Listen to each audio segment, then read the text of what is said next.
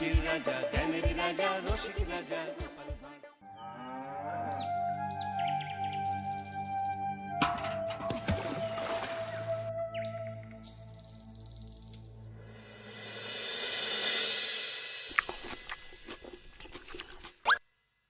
কি জল নেই? জল শেষ হয়ে গেল নাকি? এই জানো তো, গ্রামের সব জলাশয়ের জলস্তর না নেমে গেছে, পুকুরও শুকিয়ে গেছে, কুয়োতে জল অনেক নিচে চলে গেছে। কি যে হবে কে জানে। এই বছর তো বৃষ্টি হয়েছে কম, তার উপর মানুষজন জল ব্যবহারের চেয়ে নষ্ট করে বেশি। দেখি, মহারাজকে বলতে হবে।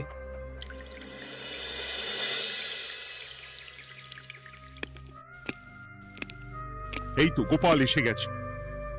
শুনেছো, রাজ্যের সকল জলাশয়ে শুধু শুনিনি, চাক্ষুষ দেখেছি, আর এর কারণ ও তার সমাধানও ভেবে এসেছি মহারাজ। তুমি কি বলতে চাইছো সেটা বলো না খোলসা করে। মহারাজ, আসন্ন দিনে জলাভাব মেটানোর একটাই উপায়, তা হলো প্রজাদের উপর কর চাপানো। মহারাজ, আমার ঠাকুরদা বলতেন, যা মেলে মূল্য বিনে তার মূল্য কে আর জানে। আমরা যেহেতু জলের মতো এত মূল্যবান সম্পদ বিনামূল্যে পাচ্ছি, তাই একে গুরুত্ব দিতে শিখিনি। সবাই মিলে দেদার জলের অপচয় করছে। আমি এই অপচয়ের বিরুদ্ধে কর বসানোর পরামর্শ দিচ্ছি মহারাজ। জলের জন্য দেবে দাম, ছুটে যাবে কাল ঘাম। হ্যাঁ, যখনই জলের জন্য কর দিতে হবে, তখনই জলের অপচয় বন্ধ হবে। এতে লাভটা কি হবে গোপাল? মানুষ কম জলে কাজ করা শিখে যাবে, ফলে আগামী দিনে যদি জল সম্পদ কমেও যায়, এই কৃষ্ণনগরের প্রজারা আগে থেকেই তার জন্য প্রস্তুত হয়ে যাবেন। কিন্তু আমি আমার প্রজাদের কাছ থেকে জলের দাম নেব গোপাল? না মহারাজ, কর বাবদ যে অর্থ উপার্জন হবে, তার সাথে আপনার দান মিলিয়ে রাজ্যের মধ্যে একটা বিরাট কৃত্রিম জলাধার বানানো হবে। বাহ বাহ বাহ! যেখানে বৃষ্টির জল সংরক্ষণ করা যাবে মহারাজ। এতে সারা বছর ধরে আর কোনো জলের অভাব থাকবে না মহারাজ। গোপালের প্রস্তাব বড় ভালো লেগেছে। আগামী দিনে ইতিহাসে এই কর্মযজ্ঞের কথা লেখা থাকবে বলেই আমার বিশ্বাস।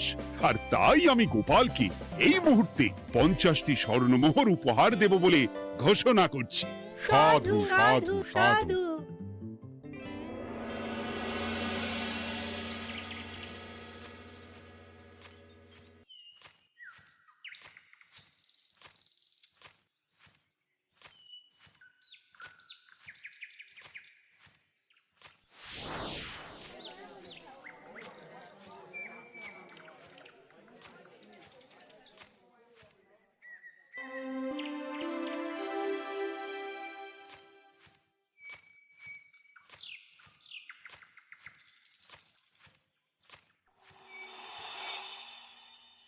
মানে আমার এই এতটুকু স্বাদ তুমি পূর্ণ করবে না? আমি কি নিজের জন্য চেয়েছি নাকি? সবই তো পাবে তোমার মেয়ে আর জামাই। হ্যাঁ, সে বুঝেছি গিন্নি, তাই বলে এতগুলো মুদ্রা আমি খরচ করতে পারবো না। পারবে না? আমি তাঁতির বাড়ি থেকে মেয়ে জামাইয়ের জন্য কয়েকটা শাড়ি আর ভালো পাঞ্জাবি কিনে একটু পাঠাবো। কিন্তু এখন আমার কাছে অত মুদ্রা নেই গিন্নি, পরে পেলে আমি ঠিক তোমার স্বাদ পূরণ করব। আবার বাজে কথা বলার জায়গা পাও না তুমি। এতক্ষণ কোথায় ছিলে গো? আমি বেলায় নদীর পাড়ে গিয়েছিলাম, তখন কমলা আমাকে বলল তোমায় নাকি দেখেছে। কি দেখেছি?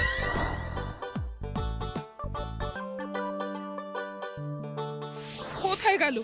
এত বড় মুদ্রা থলে কি হাওয়াতে উবে গেল নাকি?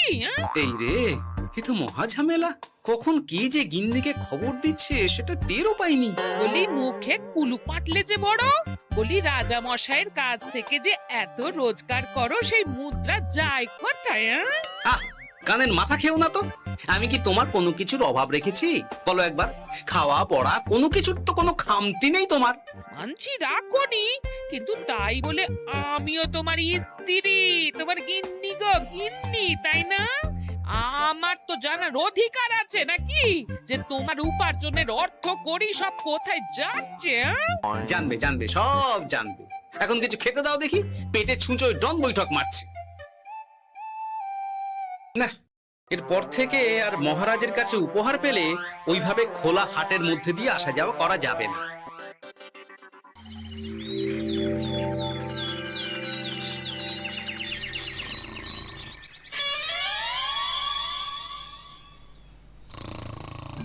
তোমার আর কোনো চিন্তা নেই গোপাল, আমি তোমার মাসোহারা তো বাড়িয়ে দিলাম, সঙ্গে প্রত্যেক দিন তুমি 10 মোহর করে পারিতোষিক পাবে।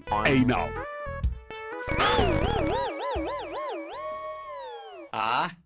এই ভোরবেলায় একটা জব্বর স্বপ্ন দেখা গেল বটে। এই স্বপ্ন খুলে গেলে আর কোনো চিন্তা নেই। গিন্নি, ও গিন্নি, বলি গেলে কোথায়? গিন্নি, সারা নেই? ও গিন্নি, রাগ করলে নাকি গো? আরে এসো এসো, এমন একটা স্বপ্ন দেখেছি না যে তোমার আর কোনো চিন্তা থাকবে না গিন্নি। মোহর আর মুদ্রা একেবারে ঝরে পড়বে গো।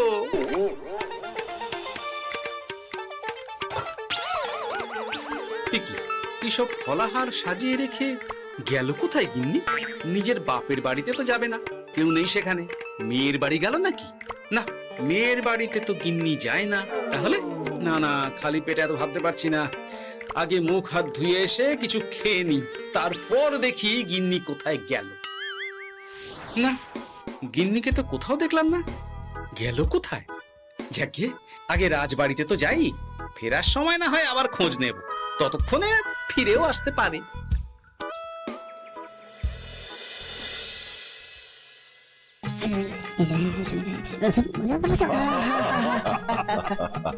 বাহ বাহ বাহ, একেই বোধহয় বলে সঙ্গগুণ। অনেকদিন এত হাসি নিয়ে। যা বলেছেন মহারাজ।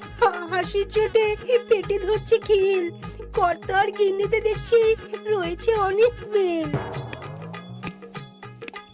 কি গিন্নি, তুমি এখানে কি করছো?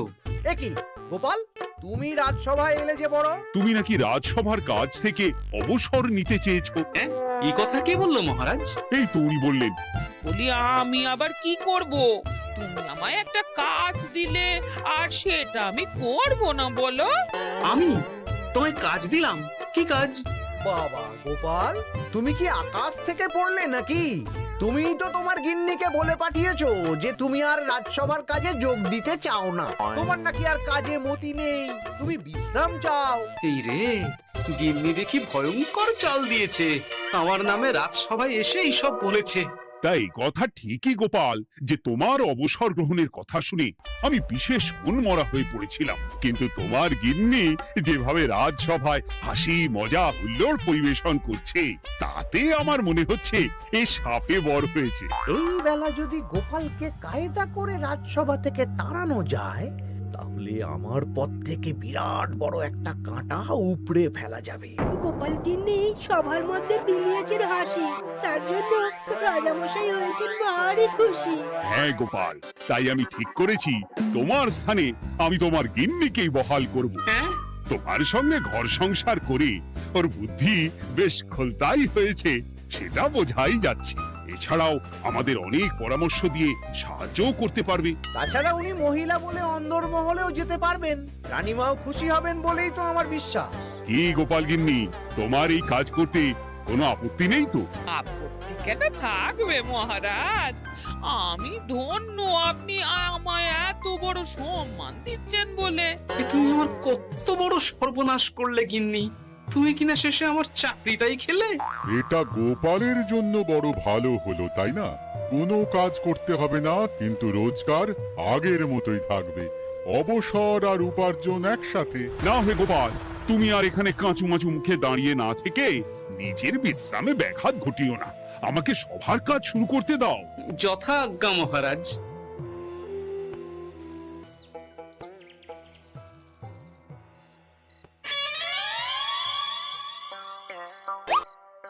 মানে মহারাজ সমস্যার সমাধান করতে দিয়েছেন তোমাকে, আর তার উত্তর দেব আমি? কেন? তুমি আমার চাকরি খাবে আর তোমার সেই চাকরি রাখার দায় নেব আমি? হ্যাঁ হ্যাঁ, নেবে। মানে কাল রাজসভায় মহারাজের সমস্যার সমাধান করব, সেই মতো কথা দিয়ে এসেছি। হ্যাঁ, আগাম 10টা মুদ্রাও বাগিয়ে এনেছি। তার থেকে তোমায় একটা মুদ্রা দিলাম। এখন মানে মানে আমাকে উত্তর বলে দেবে, না হলে আমি কেন দেব? আমি পাবো একটা মুদ্রা, আর তুমি আমার কাছে উত্তর জেনে নিয়ে সেটাই বলে পাবে 9 মুদ্রা। কিছুতেই না। বলবে না? না। তাহলে ভালো করে শুনে রাখো, আজ থেকে ঘরের উনুনে আগুনে হাঁড়ি চড়বে না। চাকরি তো খুইয়েইছ, এবার না খেয়ে প্রাণটা খোয়ানোর জন্য তৈরি হয়ে যাও। হ্যাঁ, ওরে বাবা, এমন কথা কেন বলছো গো গিন্নি? তুমি তো জানো যে খিদে একদম সহ্য করতে পারি না। এখন যদি তুমি এইসব বলো তাহলে আমার রক্ষে নেই গো।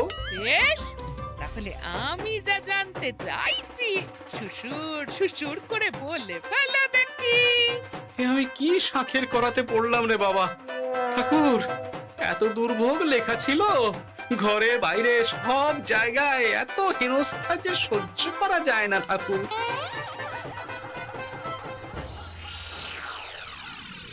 একেই তো বলে গো গিন্নি, মেঘ না চাইতেই জল। এতদিন কতভাবে চেষ্টা করেছি গোপালকে রাজসভা থেকে তাড়াবার, আর গোপাল নিজেই কিনা রাজসভা থেকে পালিয়ে গেল। কি সব বলছো? তোমার শরীর ঠিক আছে তো? শরীর মন সব ঠিক আছে, তবে গোপালের বদলে কাকে বহাল করা হয়েছে শুনলে তোমার মাথা ঘুরে যাবে। কাকে? গোপাল গিন্নিকে। আমার কিন্তু বিষয়টা খুব একটা সরল ঠেকছে না গো। গোপাল ভাঁড়ের বুদ্ধি তো আর যে সে বুদ্ধি নয়। উনি যাই করেন খুব ভেবে চিন্তে করেন, এর পেছনে আবার কোনো মতলব নেই তো। এটা তুমি মন্দ বলনি গিন্নি। গোপালকে নিয়ে সত্যিই কোনো বিশ্বাস নেই। ও কখন কি ঘোট পাকাচ্ছে বলা যায় না। আমাকেও সাবধানে থাকতে হবে। দেখতে হবে যে গোপাল আসলে কি চাল চালতে চাইছে।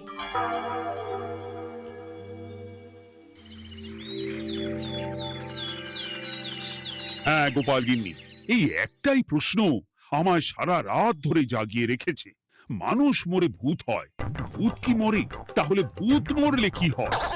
মানে মহারাজ, এই প্রশ্নের উত্তর আমার আজকে দিতে ইচ্ছে করছে না। হ্যাঁ, আমি না হয় আপনাকে আগামীকাল এই প্রশ্নের উত্তর দেব, ঠিক আছে? হ্যাঁ, গাছ থেকে পড়ে গেলে জাপটে ধরে ডালকে।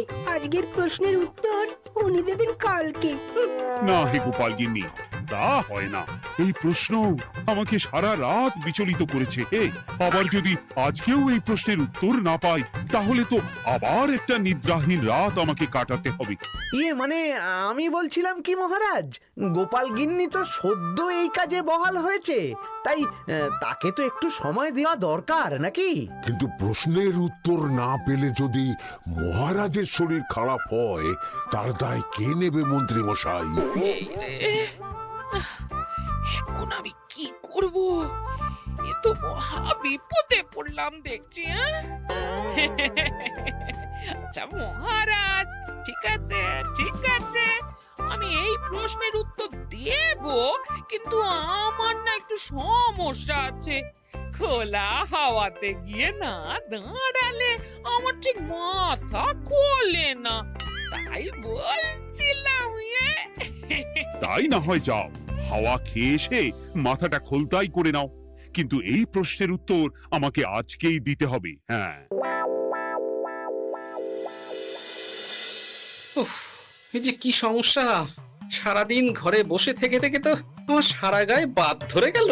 সেই সকালবেলা আমাকে ফলাহার করিয়ে দিয়ে গিন্নি তো চলে গেছে রাজবাড়িতে চাকরি করতে। এদিকে আমার যে পেটে কিচ্ছুটি নেই, তার কি হবে?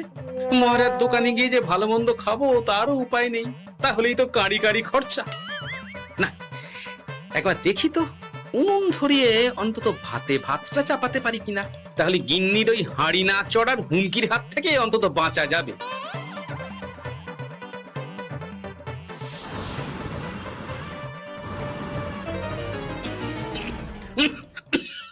ও বাবা গো, ও বাবা, এত কেসে কেসে সোজা শেষ যাত্রা হয়ে যাবে আমার।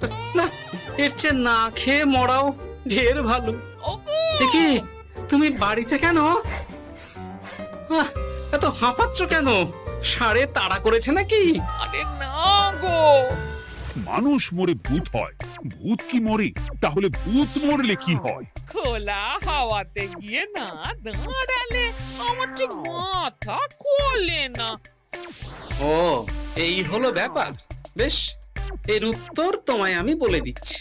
ভূত মরে প্রথমে এক ঝুড়ি অন্ধকার হয়, সেই অন্ধকার হাওয়াতে উড়ে বেড়ায়। এক সময় সেই অন্ধকার পাতলা হতে হতে কুয়াশার মতো হয়ে যায়। ব্যাস, মিটে গেল। ব্যাস, মিটে গেল।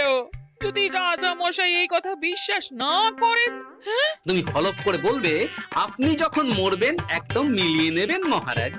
এর চেয়ে এক পা এদিক ওদিক হয় না যেন। হ্যাঁ, এই না হলে তুমি গোপাল ভাঁড়।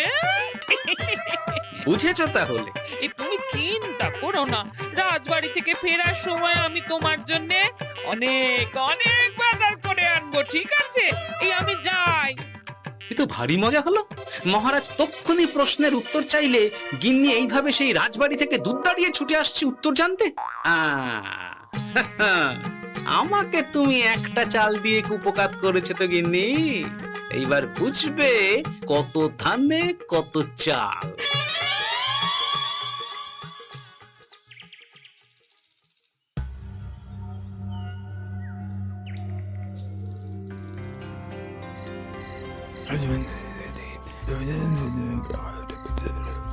বুঝেছিস তো তোর কাজটা? খুব বুঝেছি গোপাল দাদা। নেই, এবার লেগে পড় দেখি।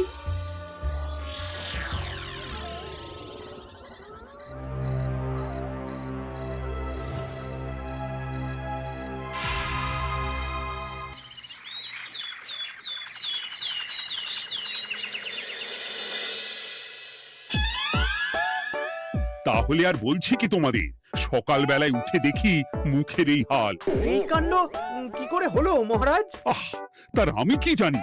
আমি সকালে উঠে আয়নায় নিজেকে এই অবস্থায় দেখে খুব চিন্তায় রয়েছি।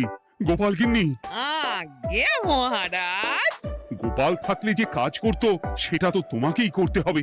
বলতে হবে এর সমাধান কি। হ্যাঁ মানে আমি হ্যাঁ হ্যাঁ, আমার মনে আছে।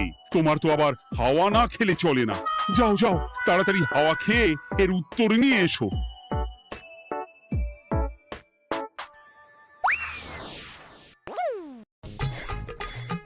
এই জন্য তুমি এত দূর ছুটে এলে গিন্নি? মহারাজকে বলবে যে তিনি যেন আজ রাতে চাদরটা মুখে ভালো করে মুড়িয়ে ঘুমোন, তাহলেই মিটে যাবে। এই রং চলে যাবে আর নতুন করে কিছু হবেও না। ও মা, বলি এত সোজা সমাধান? তা নয় তো কি?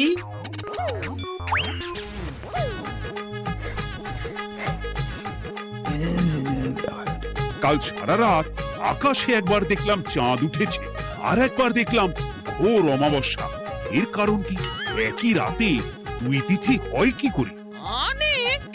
আর একটা সমস্যা। হ্যাঁ, এটা আগে বললেই তো হতো মহারাজ।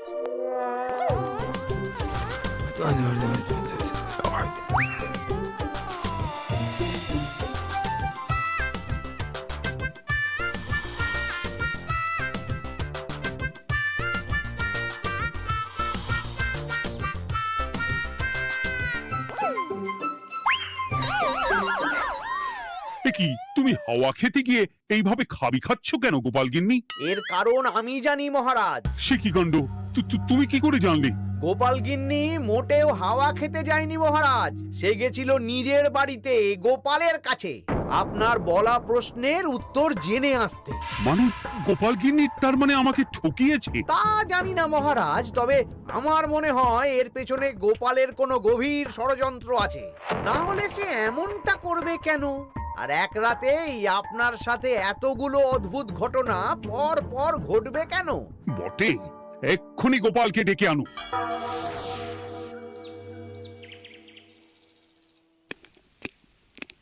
না মহারাজ, আমি সত্যি অবসর চেয়েছিলাম, আর তাই আমার গিন্নি আপনার কাছে এসে বলেছিল। ওর কোনো দোষ নেই মহারাজ। না মহারাজ, আমি মিথ্যে কথা বলেছি। হ্যাঁ, উনি আপনার কাছ থেকে পাওয়া সোনার মোহর নিয়ে বাড়ি যান না, তাই আমি ওকে শায়েস্তা করতে এই ফন্দি করেছিলাম। আসলে মহারাজ, আমি আপনার কাছ থেকে পাওয়া সোনার মোহর জল প্রকল্পের কাজে লাগাবো বলে কিছু জনকে নিয়ে একটা দল গঠন করতে গিয়েছিলাম। আর তাদের কাছেই ওগুলো রেখে এসেছি। এটা যদি আমার দোষ হয় তাহলে আমি ক্ষমা প্রার্থী মহারাজ। সাধু গোপাল, সাধু তোমার উদ্যোগ। এই কাণ্ড! আর এদিকে রাজবাড়ি থেকে বাড়ি আর বাড়ি থেকে রাজবাড়ি করতে করতে আমার প্রাণ ওষ্ঠাগত হয়ে গেছে মহারাজ। ওহ, আমার ঘাট হয়েছে, আপনি আমায় ক্ষমা করে দিন মহারাজ। হুম, এইবার মজার টের পেয়েছ তো গিন্নি? আপনি আপনার আদরের গোপাল ভাঁড়কেই তার চাকরি ফিরিয়ে দিন মহারাজ। আমি যাই আমার হেসেল সামলাতে। কেলে পচা খুব ভালো করেছে বলতে হবে।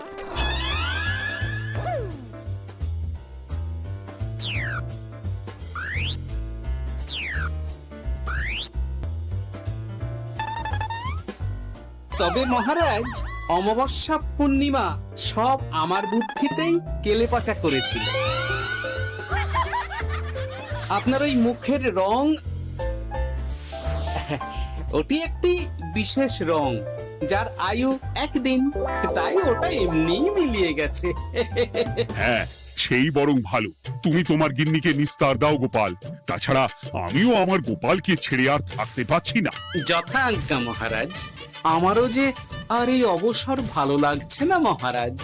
গোপাল ছাড়া রাজসভা যে লাগে ফাঁকা ফাঁকা, তাই তো আবার চাকরিতে তাকে বহাল রাখা।